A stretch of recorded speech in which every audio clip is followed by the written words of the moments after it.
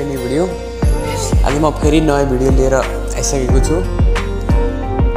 आजको भिडियो चाहिँ मेरो के रहेको छ भन्दाखेरि आफ्नो स्क्रिन अफ गरेपछि डबल ट्याप गरेपछि अन र डबल ट्याप गरेपछि अफ। जस्तै म एक्जाम्पल देखाउँछु।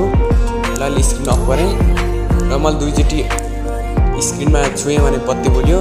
स्क्रिन फेरि अफ दुईचोटी टच गरेँ भने मैले यसरी अफ हुनेछ। यो कसरी गराउने भन्ने भिडियो रहेको छ।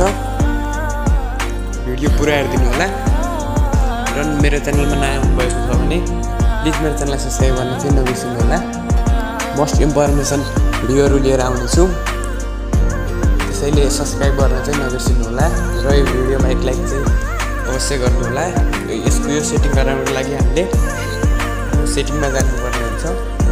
सेटिङमा गइसकेपछि डिस्प्लेले लक स्क्रिन भन्ने तपाईको लक स्क्रिनमा टच गर्नु होला। अनि अहिले माथि तपाईले सर्च गर्न पनि सक्नुहुन्छ र म लक स्क्रिनमा गएँ। लक स्क्रिनमा गइसकेपछि यस्तो इन्टरफेस हुन्छ। तपाईले 3 नम्बरमा देख्न सक्नुहुन्छ double tap to turn off and turn on भन्ने स्क्रिन यो मेरो अन रहेको छ। अन अफ गरेको छु। यसलाई चाहिँ तपाईले अन गर्नुपर्ने हुन्छ र अन गरिसकेपछि तपाईको सजिलैसँग हुनेछ। म एकचोटि अझ देखाउने छु। अन गरेको छु, स्क्रिन अफ भयो।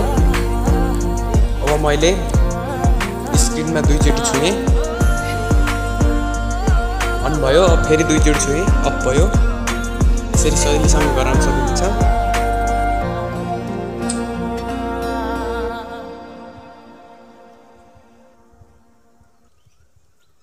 आजको यही सानो जानकारी भिडियो रहेको थियो। प्लिज मेरो च्यानललाई सब्स्क्राइब गर्न चाहिँ नबिर्सनु होला। इन्फर्मेसन भिडियोहरू लिएर आउने छु।